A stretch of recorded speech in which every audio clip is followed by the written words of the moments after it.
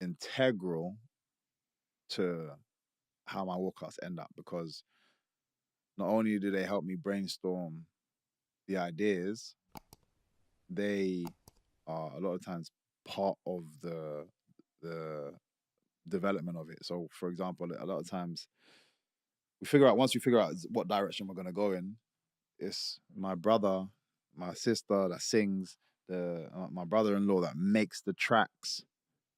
Like my brother, all my siblings were very musical and stuff, so we produce everything ourselves.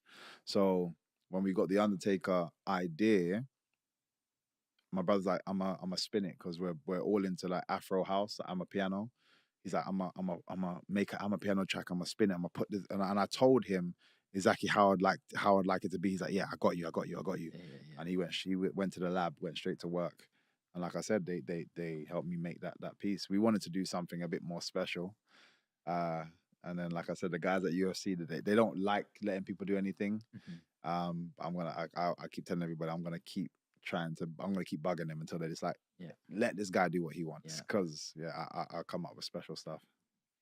Do you have like many celebrity friends that come out and support you? Because I know you're friends with 50. Mhm. Do you get like, It varies. To be fair, I think now I've got to that place where celebrities, full stop, just know who I am and know that it can be an entertaining fight. So if they are capable of coming, they'll come. You know what I mean? Um, Anybody specific that I don't really like have to call anybody. It just depends on where it is, and like that's not really my focus. right?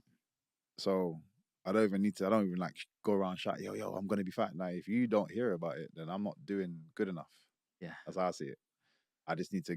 My brand should be at the point where if you look at it, I know Mhm. for a fact Mayweather never called everybody that you saw in the crowd, but I used to watch those fights just to see who's in the front row. I'm like, oh man, oh Little Wayne's there. Oh my God, such a like. I know he didn't call all those people. They are now there because they are also fans of him, and they'll go out of their own way, they'll break that schedule that they have to be there for those special moments. Yeah. For me, it's about getting to that place where people want. I am moving people Mhm. to break their own schedule. I don't need to call anybody. Yeah. They want to be there, and that's how it should be. Yeah. Is there ever anyone that you've seen in the crowd and you're like, really? Donald Trump and Candice Owen, I was just baffed to just see them there. You're joking. Yeah, Donald Trump. that was the Kevin Holland fight. Again, he's a massive UFC fan. Yeah. So, and I forgot that because I know I've actually been there. I was there the following year, which was interesting as well, because I was the year before. Kevin Holland was actually fighting on that show. It was I went to go see my boy Izzy. Izzy was fighting Pereiro. He got the one back. Um, and I was in the crowd watching, and then the full year later, I'm there again, but also Donald Trump was there, and I didn't think about it, but when he was there, I was like, oh snap. Like gave him a little wink and then carried on going. I saw Candice Owens there as well.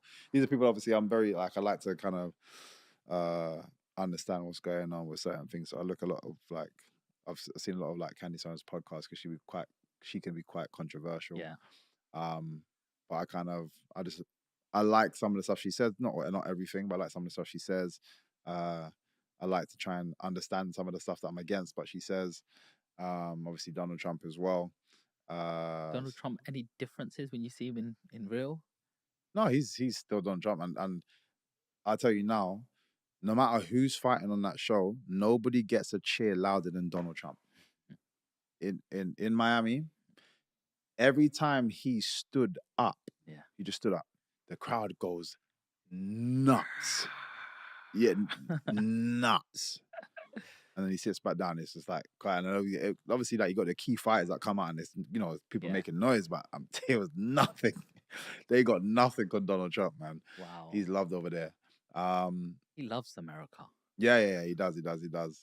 And you can see, like again, however you feel, on whatever side you land on with regards to him. If you look into a lot of his history and what he's done, uh, he knows what he's doing. Mhm. He knows what he's doing. Can I ask you a personal question? What's the highest celebrity's number that you have in your phone? The who? The biggest celebrity kind of biggest thing. celebrity that you probably got on your phone?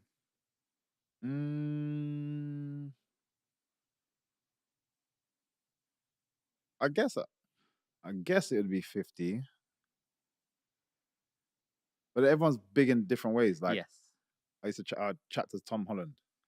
Not sort of Tom Holland, sorry, Tom Hardy, sorry.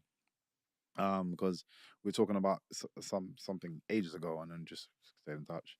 There's big musicians that I chat to all the time. Obviously, a lot of them are more so from over here.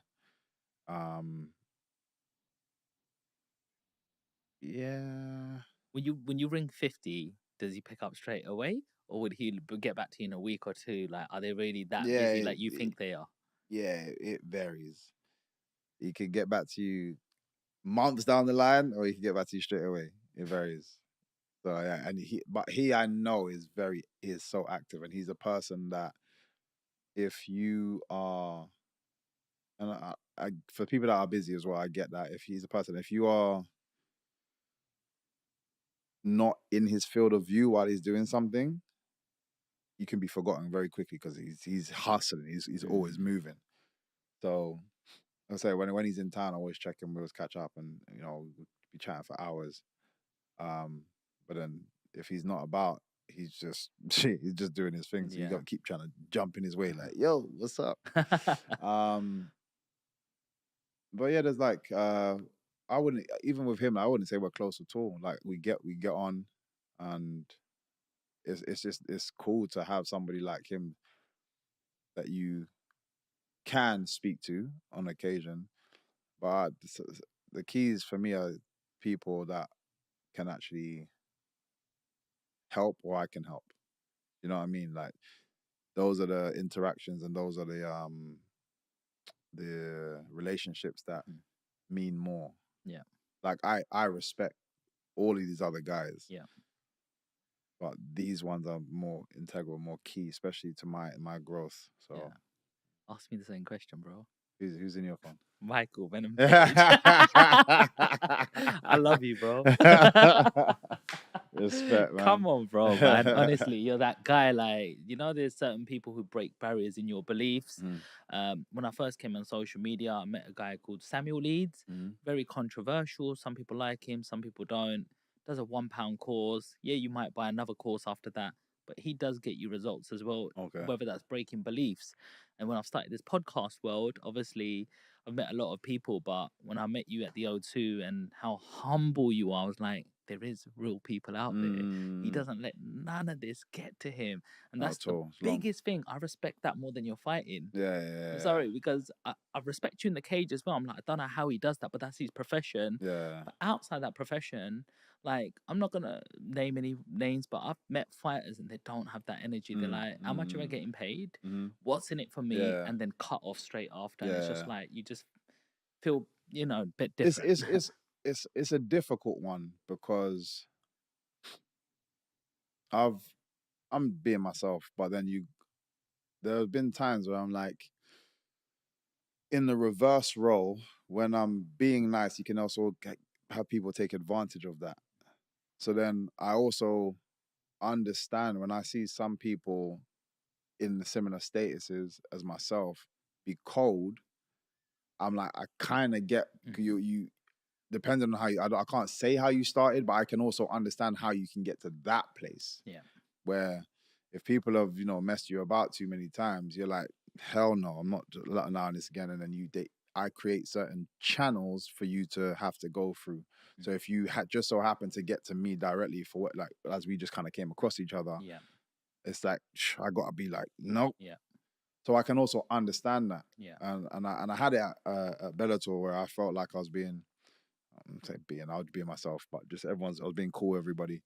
When you're being cool with everyone, people let go of certain information, and they talk about other fights. Oh yeah, we got to do this, and this guy's asking for that, and this girl, she says this and this.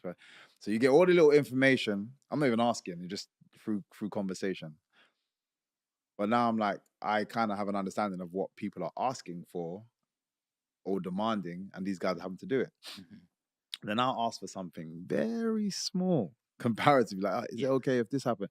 oh no, you might have to ask this person. And I'm getting run around, and I'm like, wait, what's going on? You've told me that you do all of this. Yeah.